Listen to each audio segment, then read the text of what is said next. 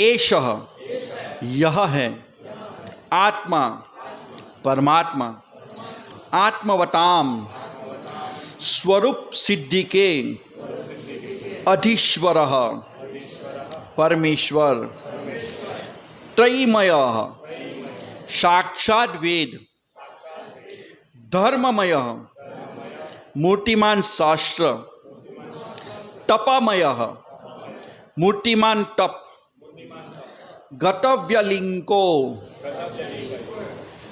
आडंबर रहित द्वारा अज ब्रह्मा जी शंकर आदि भी शिवजी तथा अन्यों द्वारा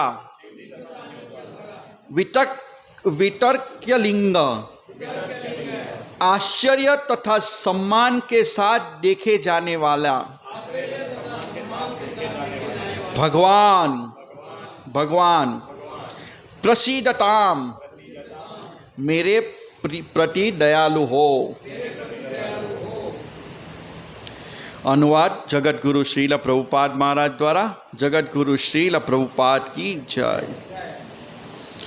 वे परमात्मा हैं तथा समस्त स्वरूप सिद्धि पुरुषों के परमेश्वर हैं।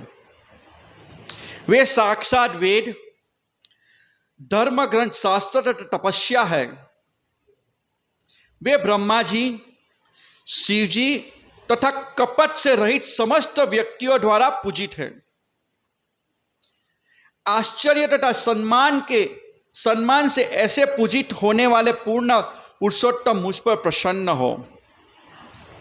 तात्पर्य में जगत गुरु श्रील प्रभुपाद महाराज लिखते हैं, यद्यपि परम भगवान आत्म साक्षात्कार के विभिन्न पथों के लिए अनुयायियों के स्वामी हैं, तो भी वे उन्हीं लोगों द्वारा देह हैं जो आडंबर से परे हैं। प्रत्येक व्यक्ति शाश्वत शांति या शाश्वत जीवन की खोज में रहता है और इस गंतव्य के लक्ष्य बनाकर वह या तो वैदिक शास्त्रों का या अन्य धर्म शास्त्र का अध्ययन करता है या ज्ञानमयी दार्शनिकों या योगियों अथवा अन्य भक्तों इत्यादि के रूप में कठोर तपस्या करता है। लेकिन परमेश्वर की पूर्ण अनुभूति केवल भक्तों को ही हो पाती है, क्योंकि वे समस्त छल क्षण से ऊपर होते हैं।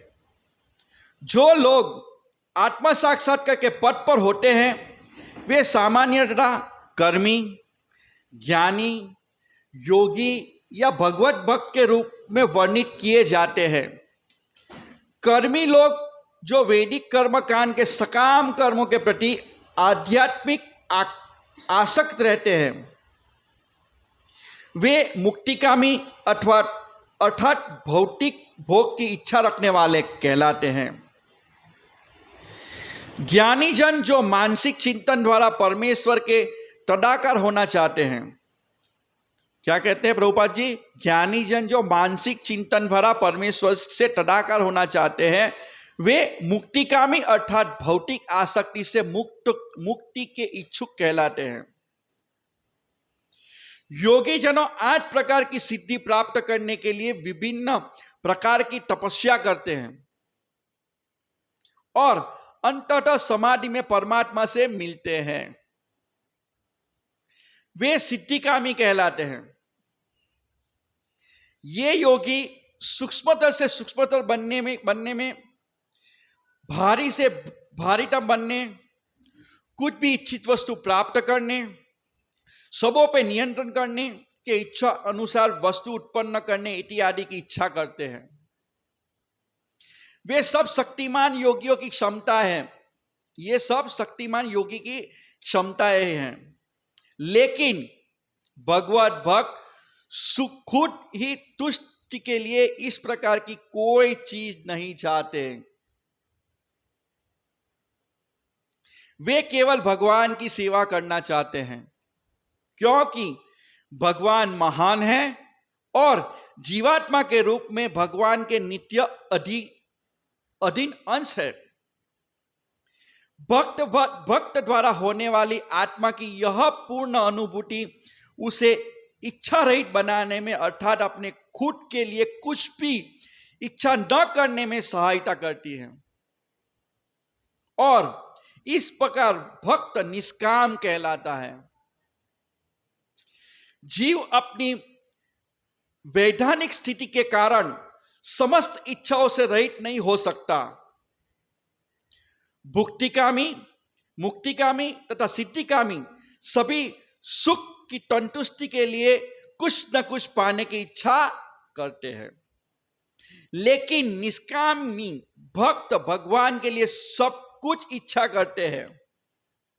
वे भगवान के आदेश को पर पूर्ण तरह आश्रित रहते हैं और भगवान की तुष्टि के लिए अपना कर्तव्य निभाने के लिए सदा उद्युक्त रहते हैं। प्रारंभ में अर्जुन ने अपने को इस प्रकार प्रस्तुत किया मानो वह आत्मतुष्टि का इच्छुक है, क्योंकि वह कुरुक्षेत्र युद्ध में लड़ना नहीं चाह रहा था। लेकिन भगवान ने उसे निष्काम बनने के लिए भगवद गीता का उपदेश दिया, जिसमें कर्मयोग, ज्ञान योग, हठ योग तथा भक्ति योग की व्याख्या मिलती है। चूंकि अर्जुन निष्कपट था, अतएव उसने अपना निर्णय बदल दिया और युद्ध करने के लिए राजी होकर भगवान की तुष्टि के लिए करिष्ये वचनं तव, इस तरह निष्काम बन गया। यहां पर ब्रह्मा जी तथा शिव जी के उदाहरण विशेष रूप से दिए गए हैं, क्योंकि ब्रह्मा जी, शिव जी, श्रीमती लक्ष्मी तथा 4 कुमार सनक, सनातन इत्यादि वे चारों निष्काम वैष्णव संप्रदाय के अग्रणी हैं। ये सभी सारे छल छम्मों से रहित है। श्री गोस्वामी गंतव्य लिंग को शब्द की व्याख्या प्रोचित केतव के रूप में करते हैं, जिसका अर्थ है जो समस्त कपटों से मुक्त, केवल अनन्य भक्त।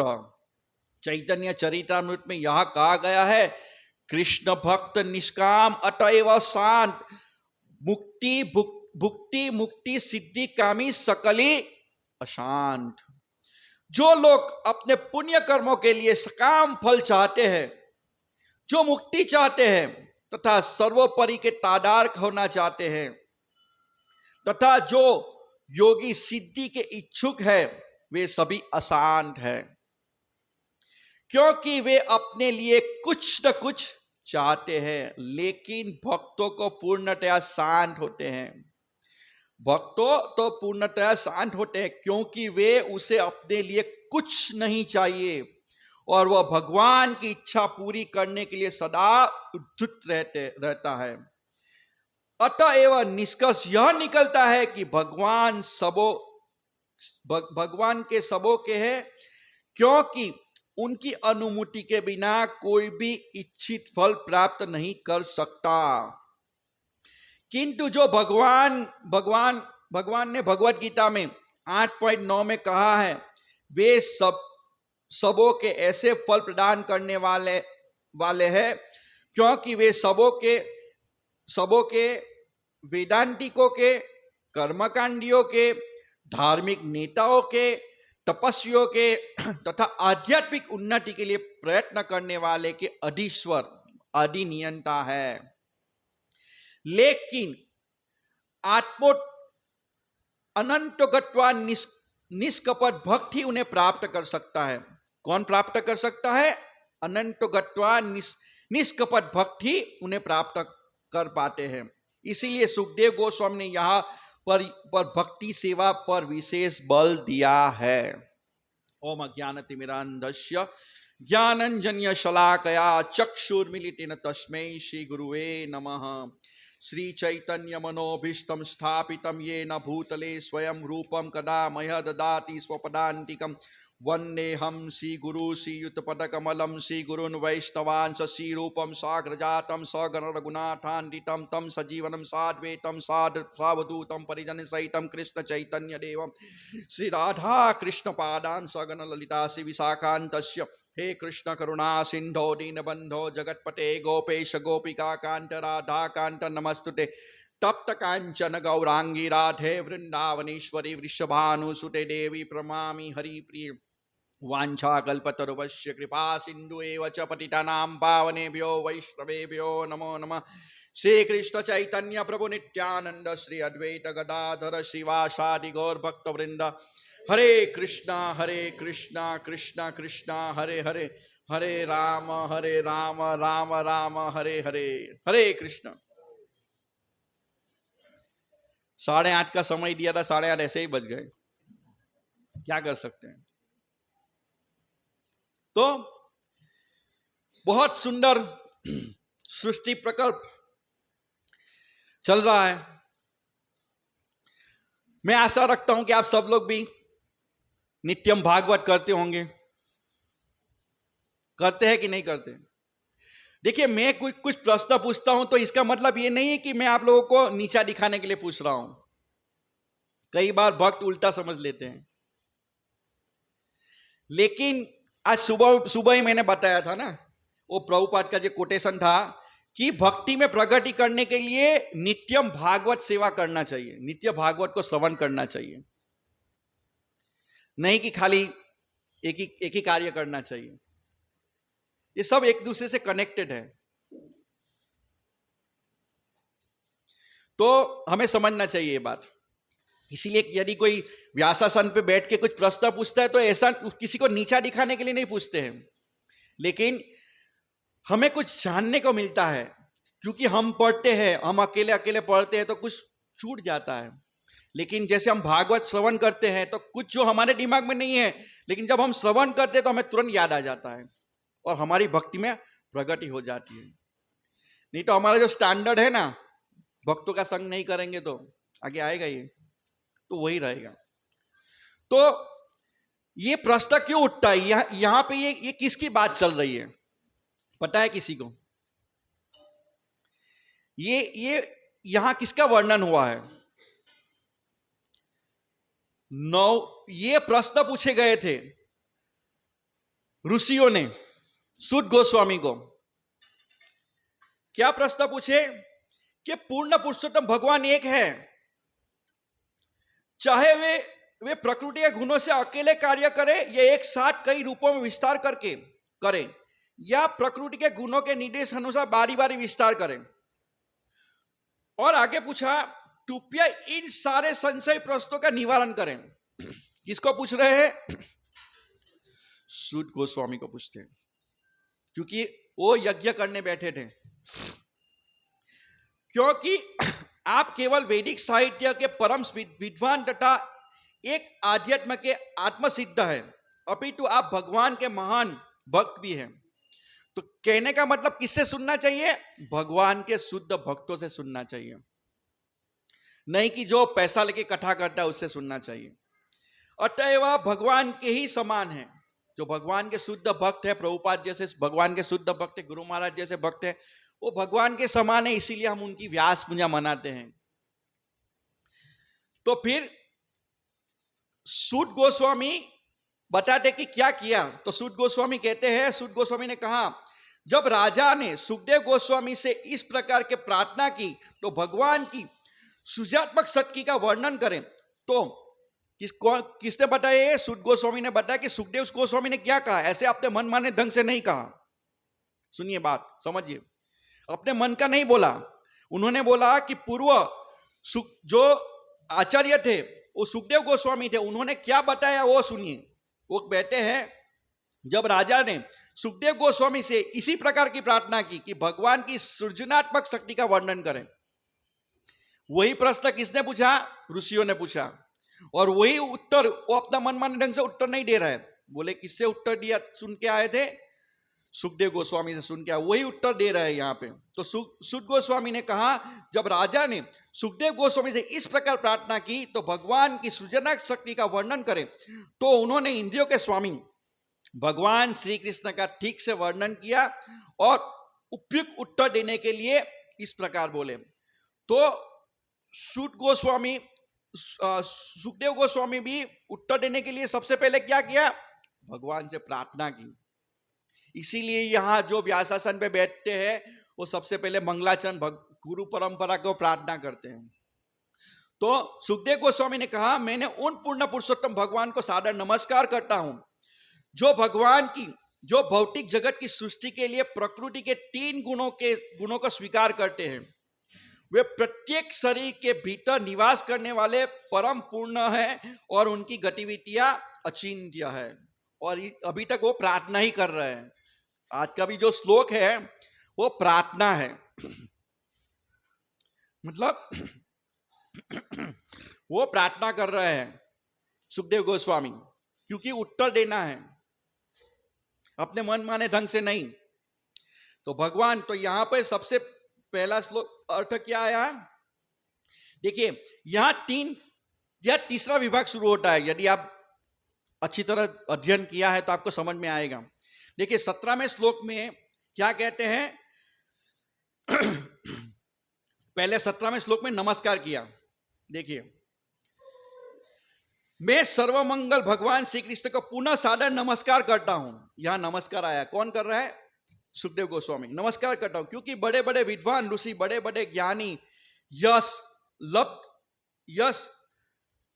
लब्ध कार्यकर्ता, बड़े बड़े दार्शनिक तथा योगी, बड़े बड़े वेदपाठी, वैज्ञानिक, वैदिक सिद्धांतों के बड़े बड़े अनुयायी तक भी ऐसे महान गुणों से भगवान की सेवा में समर्पित किए बिना कोई भी कुशलता प्राप्त नहीं कर पाते। इसीलिए मैं उनको नमस्कार करता हूं। पहले सबसे पहले क्या आया? नमस्कार। फिर दूसरे 18वें श्लोक में प्रभु विष्णु का मतलब है शक्तिमान विष्णु को, हाँ, श्रवण करके।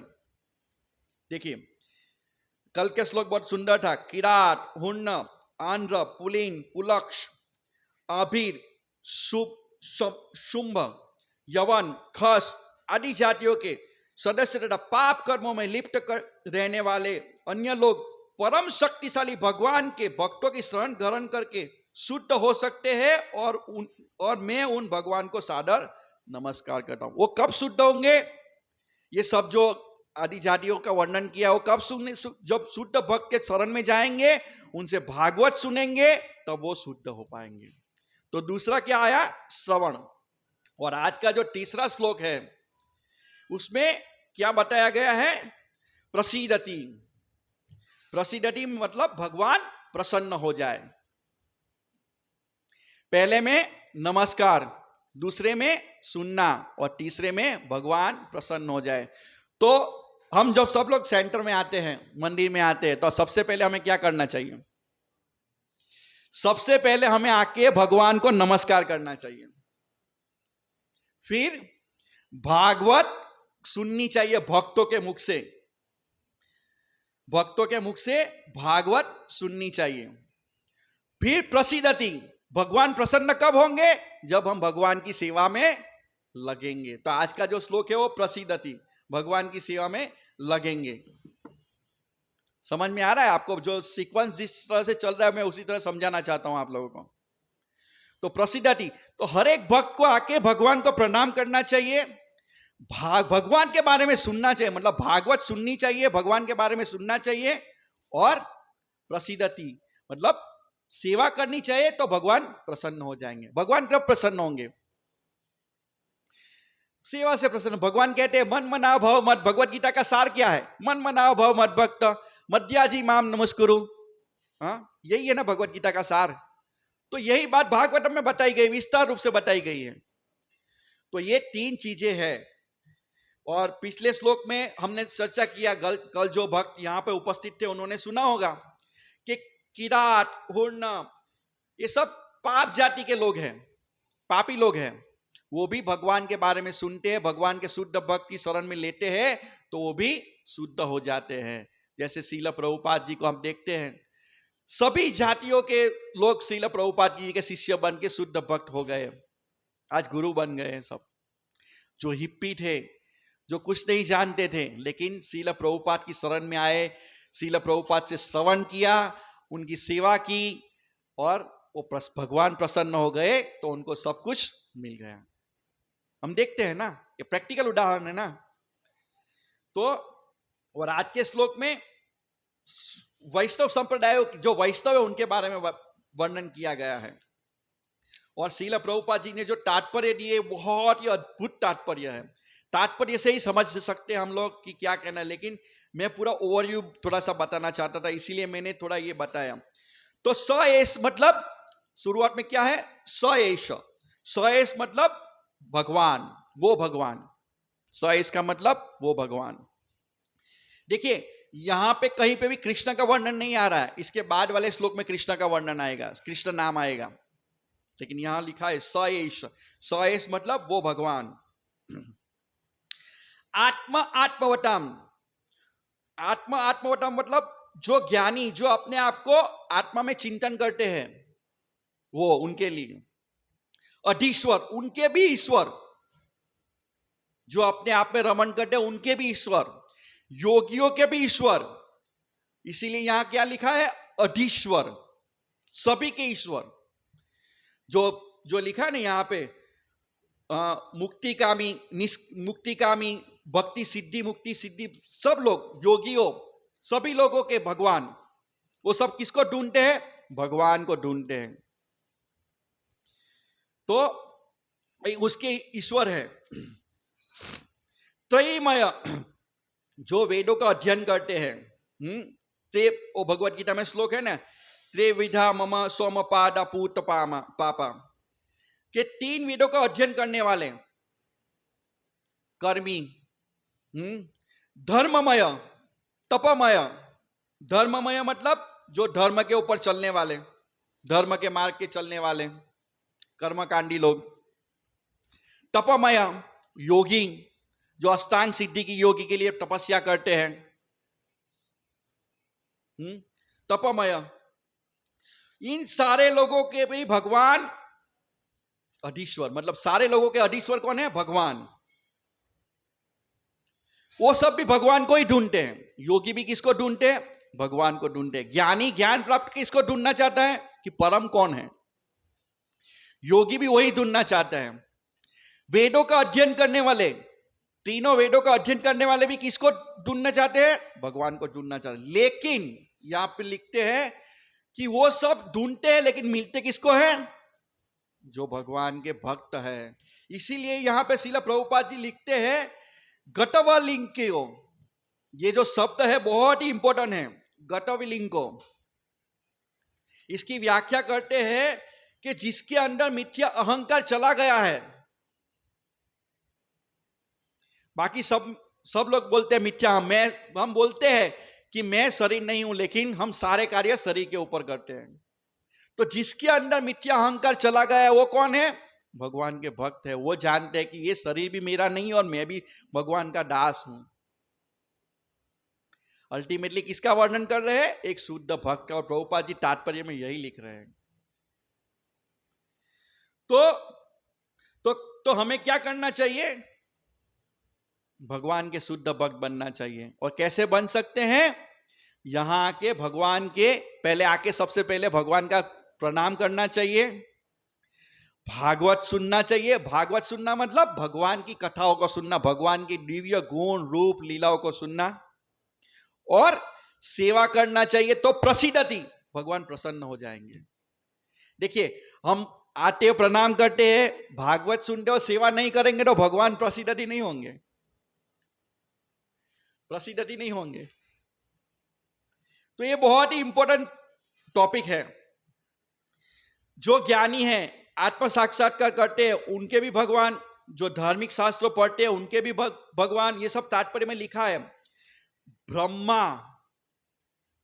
ब्रह्मा और शंकर आदि, ब्रह्मा जी और शंकर को भी के भी भगवान। देखिए दोनों ही मतलब घटविली लिंग को लिंग लिंग के मतलब का मतलब है जो निर्मत्सराम है, शुद्ध भजन करते हैं, वो कोई दिखावा नहीं करते। ब्रह्मा जी शिव जी कोई दिखावा नहीं करते, वो शुद्ध भक्त है भगवान के। आगे आएगा, इसी अध्याय में आगे आएगा। एक बार नारद जी ब्रह्मा जी से पूछते हैं कि आप ही परम भगवान हो। बोले ये आप ही ने सृष्टि करी है। इधर हम देखते हैं कि ब्रह्मा जी सृष्टि करते हैं, तो एक दृष्टि से देखा जाए तो ब्रह्मा जी सृष्टि करता है तो वही परम भगवान है। नारद जी पूछते, नारद जी उनके बेटे हैं और उनके पिताजी को पूछते हैं कि आप भगवान के, आप ही भगवान हो क्योंकि आप ही सृष्टि का सर्जन करते हो। अभी ब्रह्मा जी, यहाँ के जो ब्रह्मा जी उनका कितने मुख हैं? कितने मुख हैं? 4 मुख हैं। 4 मुख है तो कितने हाथ होंगे? हाँ, 8 हाथ होंगे ना। तो वो सारे पूर्ण बंद कर देते हैं, कहा हाथ बंद कर देते हैं। बोले नहीं नहीं नहीं, मैं नहीं हूं, मैं सर्जन करता नहीं हूं मेरे। फिर नारद जी पूछते आगे कि फिर भी आप किसका ध्यान करते हैं? एक्चुअली में वो पूछते हैं कि आप परमेश्वर हो, फिर भी आप किसका ध्यान करते हो? ब्रह्मा जी भी ध्यान करते हैं ना।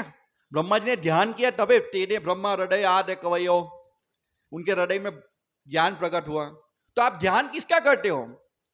तो कहते हैं कि मैं भगवान नहीं हूं। हालांकि ब्रह्मा जी गुणावतार है और नारद जी भगवान का सत्यावेश अवतार है, दोनों ही भगवान के अवतार हैं, फिर भी पूछते हैं। इसलिए भगवान को जान पाना बड़ा कठिन है। तो कहने का तात्पर्य कि वो निरअहंकार मतलब आडंबर रहित है। उन्होंने तुरंत बोला कि नहीं, मैं करता नहीं हूं, भगवान सबके करता है। इसीलिए ये बहुत इंपॉर्टेंट शब्द है गतवा लिंग को। भक्त कभी जो भी कुछ बोलता है वो अपने आप नहीं बोलता है, वो क्रेडिट अपने आप नहीं लेता है, वो कहता है मेरे गुरु की कृपा से हुआ। श्रील प्रभुपाद जी ने पूरी विश्व में प्रचार किया, लेकिन गुरु प्रभुपाद ने क्या बताया कि मैंने नहीं किया, जो मेरे गुरु महाराज का आज्ञा था मैंने ऐसी चीज फॉलो किया। बहुत सुंदर श्रील प्रभुपाद जी का एक पास टाइम है। एक बार एक दक्षिण भारत का फिलोसोफर, बहुत बड़ा तत्वज्ञानी दिल्ली मंदिर में आया। जय जय श्री श्री राधा श्याम सुंदर भगवान। मंदिर में, दिल्ली मंदिर में आया। गुरु प्रभुपाद की गुरु पूजा हो रही थी, जैसे हमने अभी गुरु पूजा किया। हाँ, तो गुरु पूजा हो रही थी क्या, तो गुरु प्रभुपाद भी गुरु पूजा गा रहे थे। व्यासासन पे बैठे हैं, भक्त उनकी गुरु पूजा कर रहा है और प्रभुपाद भी गुरु पूजा कर रहे थे, गा रहे थे, उच्चारण कर रहे हैं। हम भी देखते हैं जब गुरु महाराज की व्यास पूजा होती है, कोई भक्त गुरु पूजा कर रहा है तो गुरु महाराज भी गाते होते हैं, गा रहे हो। तो वो जो फिलोसोफर था, तो उसने पूछा, लोकनाथ स्वामी महाराज को पूछा कि ये जो व्यासासन पे बैठे हैं उनका तो गुणानुवर्णन हो रहा है, तो वो क्यों गा रहा है? क्योंकि प्रभुपाद भी गा रहे थे। तो बोले वो अपने गुरु के लिए गा रहा है, वो अपने गुरु को ये ऑफर कर रहा है। तो कहने का तात्पर्य है कि गुरु जो होता है वो अपना जो क्रेडिट होता है वो सब उसके ट्रांसफर कर देता है, वो मीडिया माध्यम बनता है। श्रील प्रभुपाद जी एक बहुत सुंदर शब्द इस्तेमाल करते हैं कि ट्रांसमीडिया, क्या शब्द था वो?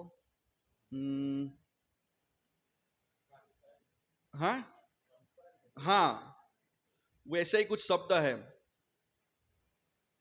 तो जो बोनाफाइड गुरु है वो एज इट इज, जो क्रेडिट हो वो गुरु को उसके गुरु को, उसके गुरु, उसके गुरु को, उसके गुरु, उसके गुरु को, ऐसे भगवान तक पहुंचा देते हैं।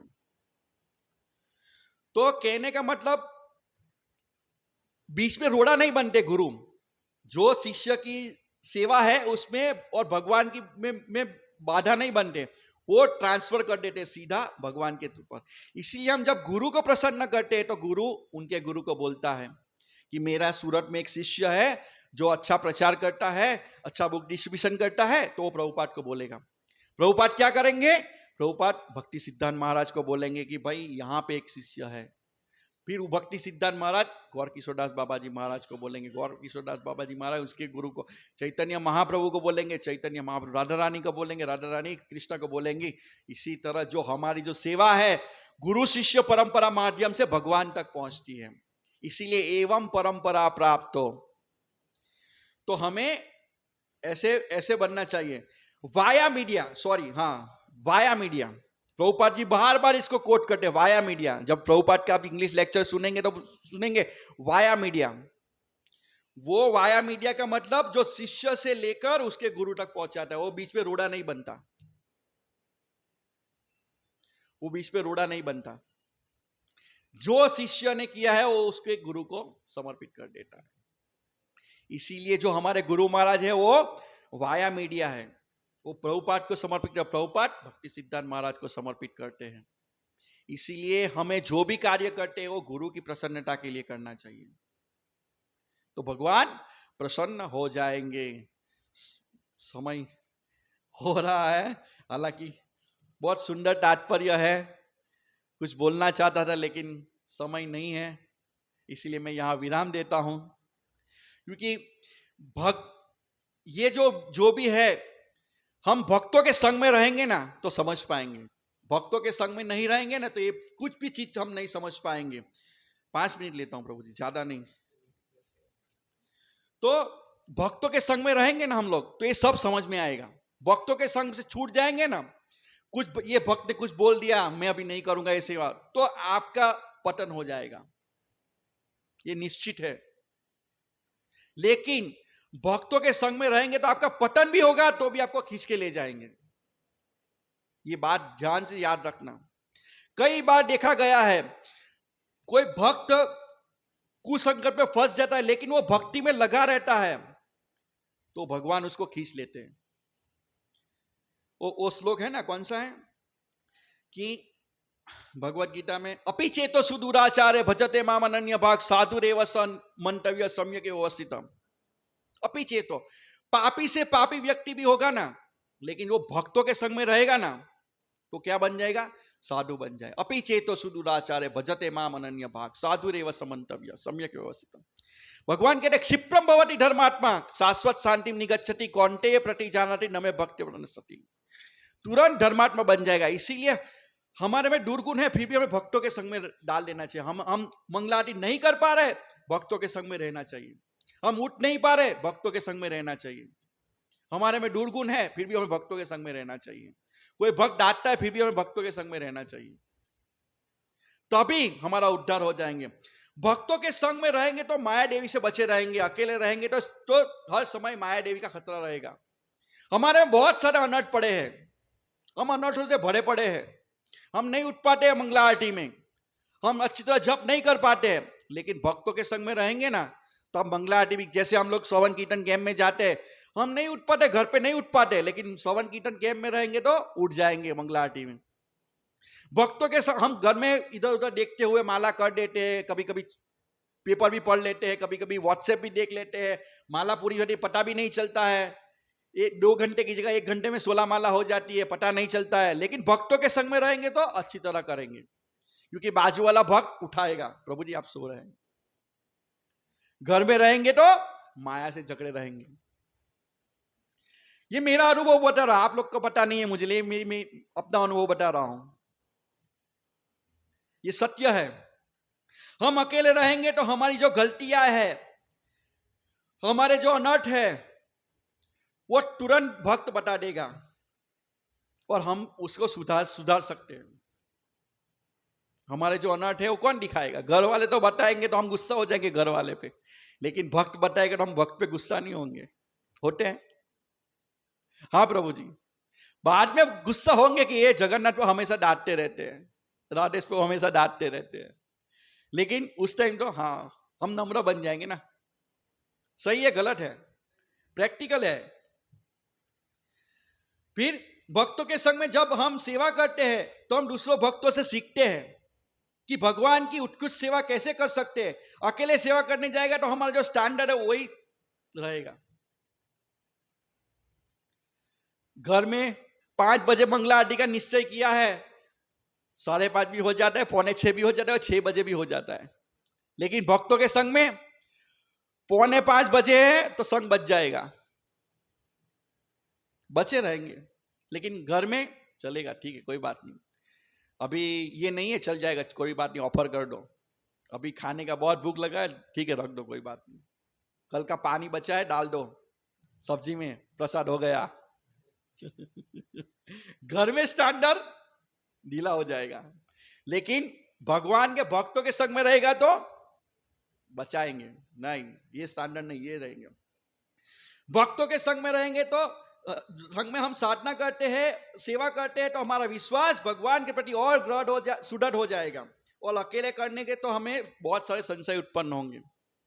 देखिए हम रथ यात्रा में गए, अभी बहुत सारे भक्तों को अनुभव है, विशेष रूप से हम प्रचार करने जाते हैं तो बहुत से लोग मुझे बोलते हैं कि कितने सारे लोग भक्त रथ यात्रा में आए थे, कितने अच्छे भक्त हैं, हमें भी आपके साथ जुड़ना है।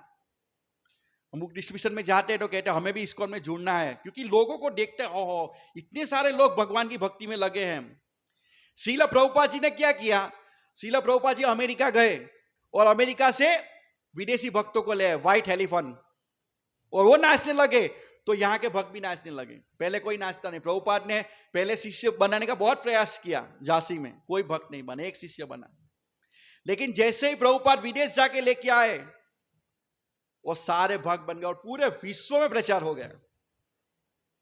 इतने सारे भक्त लगे हैं भगवान की सेवा करने के लिए, तो हमारे मन में भी भगवान के प्रति रिस्पेक्ट बढ़ जाएगा। जैसे रथ यात्रा में देखा इतने सारे भक्त, लाखों लाखों लोग रथ यात्रा में जुड़ रहे हैं, तो लोगों को लगता है मैं भी इस्कॉन में जुड़ जाऊं, होता है। और कई लोग रथ यात्रा को देख के, भगवान के भक्तों को देख के भक्त बन जाते हैं। इसीलिए हमें भक्तों के संग में रहना चाहिए। दूसरे भक्त हमें सिखाते कैसे नम्र हो, और वो भी भली भांति सिखाते हैं कि हम नम्र नहीं है फिर भी हमें नम्रता सिखा देते हैं। सही है ना। भक्त कभी कभी आक्रामक हो जाते हैं, ये नहीं हुआ, ये नहीं हुआ, आज सुबह महाभारत पैसे नहीं लाए, अरे उनका फर्ज है पैसा लाना है, वो क्यों नहीं लाए। लेकिन सब भक्त बैठे थे इसीलिए वो शांत हो गए सब भक्त, हाँ ठीक है कोई बात नहीं दूसरे भक्त से ले लो। लेकिन नहीं होता तो थोड़े दोनों उग्र हो जाते हैं। अभी मेरे घर पावर, महाभारत में मेरे घर पावर नहीं है तो कैसे लेके आऊं, वो बोलते तो मैं कहां से पैसा लाऊं, तकरार हो जाती ना। लेकिन भक्तों के संग में नम्र रहते हैं, प्रैक्टिकल है।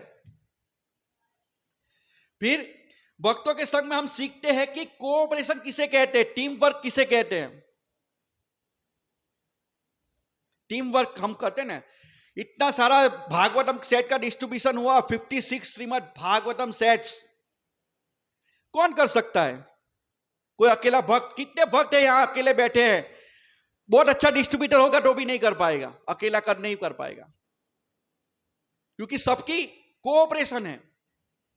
ऐसा नहीं है कि कोई 20 भागवतम बेच के आया वो सबसे बड़ा डिस्ट्रीब्यूटर है, नहीं, उसके पीछे बाकी भक्त लगे हुए हैं। कोई भक्त ने बुक्स निकाली है, कोई भक्त ने बुक्स का ऑर्डर दिया है, माता जीओ ने प्रसाद तैयार किया है, हाँ समय पे उसको दिया है, समय पे भागवतम पहुंचाया है, सब भक्त उसके साथ गए हैं, कीर्तन किया उसके घर में, तब भागवतम बिके इतने। ऐसा नहीं है कोई भी बैठा है, आप कितने समय से प्रयास कर रहे थे भागवतम वितरण करने का, लेकिन हो पा रहा था नहीं।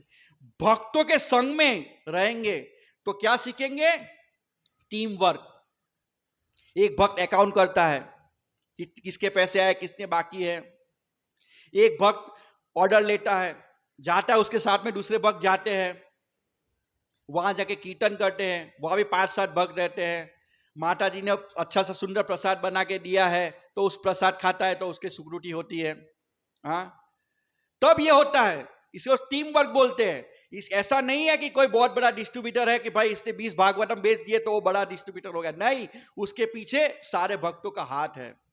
ऐसा नहीं है कि खाली आरती करना ही भगवान की उच्चतम सेवा है, नहीं, आरती करने से पहले झाड़ू मारना, भगवान के लिए भोग बनाना, ये सब भी आरती के, जो आरती के 64 अंग हैं उसमें सब कुछ आ जाता है। ये कुकिंग सेवा भी आरती की सेवा है, झाड़ू मारना आरती की सेवा है। ये सब कैसे होता है? अकेला व्यक्ति का काम नहीं है, टीम वर्क। तो बहुत 1 घंटा हो चुका है प्रभु जी, मैं यहां विराम देता हूं। तो भगवान सार क्या है?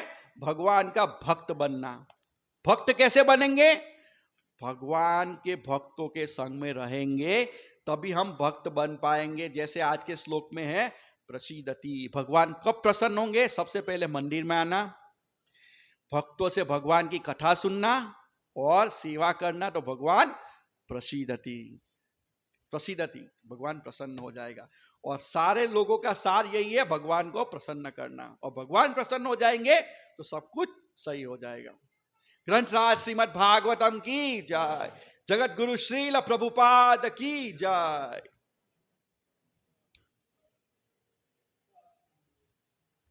एक्चुअली